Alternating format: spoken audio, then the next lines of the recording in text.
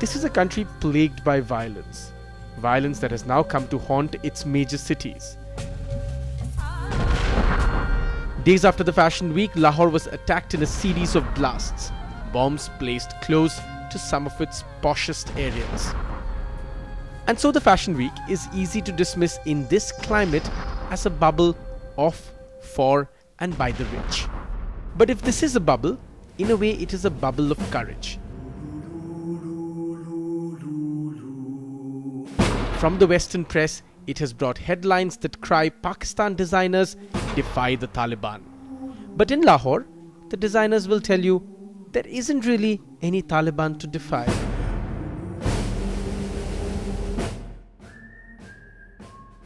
Is there a sense that there are ideas emerging from conflict that is being reflected in the kind of work that you do and in the kind of work that artisan colleagues of yours do?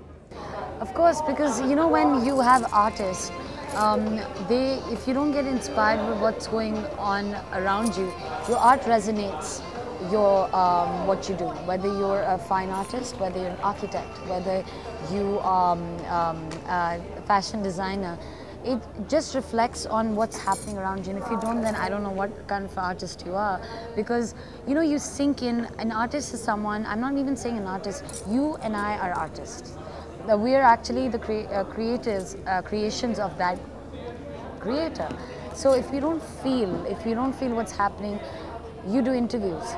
Your topics change accordingly to the changing times. If your fashion doesn't change according to the changing times, then I don't know which world you're living in.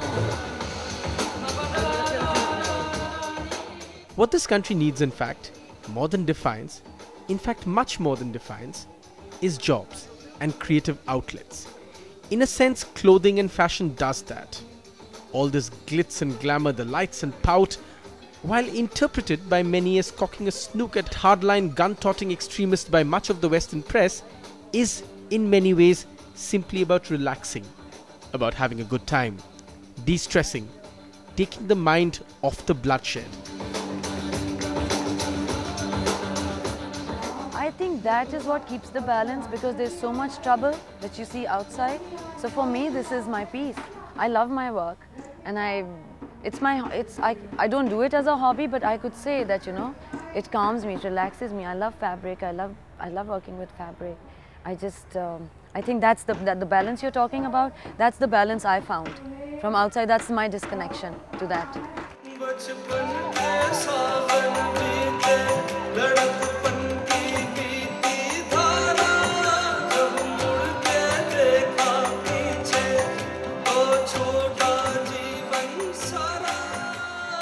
Whenever it comes to my work, I don't think about anything else.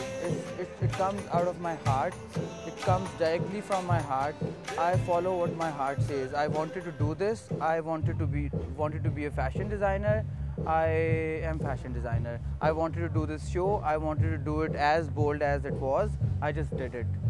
So as far as my case is concerned, I follow what my heart says.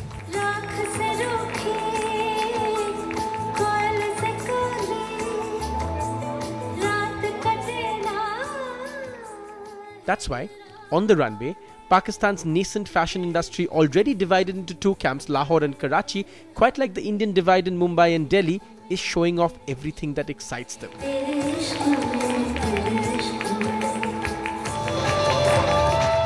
The hottest new singer, an ode to machismo and wrestling, where the designer himself appears in elaborate moustaches, the desire for peace, and even a nod to Michael Jackson.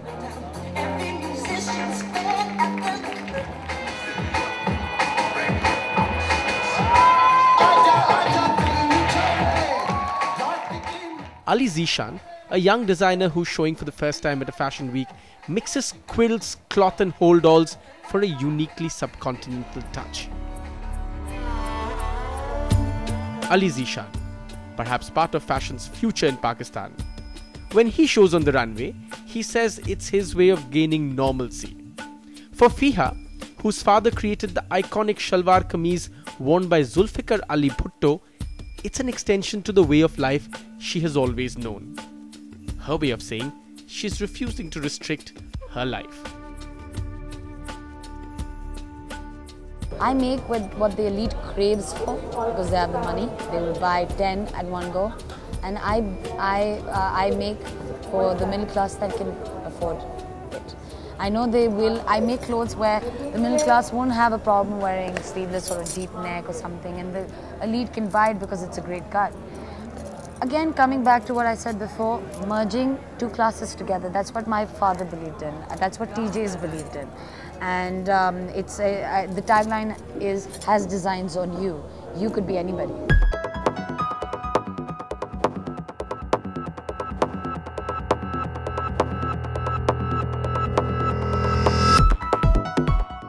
For Kamya Rokni, Kami to everyone who knows him, it is an opportunity to assert his identity and develop the kind of indigenous brands he wants to see. And a market full of young people who want to dress Pakistani. I believe in making good clothes, and I believe in making elegant clothes, and I feel that if you do clothes that are elegant and beautiful, they tend to be quite accessible to just about everyone. But I do like to keep it in such a way that it is distinctly from this part of the world but can be worn anywhere in the world. I work on that very hard, and I think Pakistani designers are pretty good at the fusion thing. They're a little bit more elegant at it. Like I see a lot of Indian fashion, and I see a lot of mirrored mini skirts, which is not necessarily, that's something that you can get in the West. So I, in fact, think that our ability to fuse, those of us who are good, is pretty good. The story of organized Pakistani fashion has just begun. It has begun in troubled times, but for these young people, they say troubled times merely cloak greater, better, new opportunities.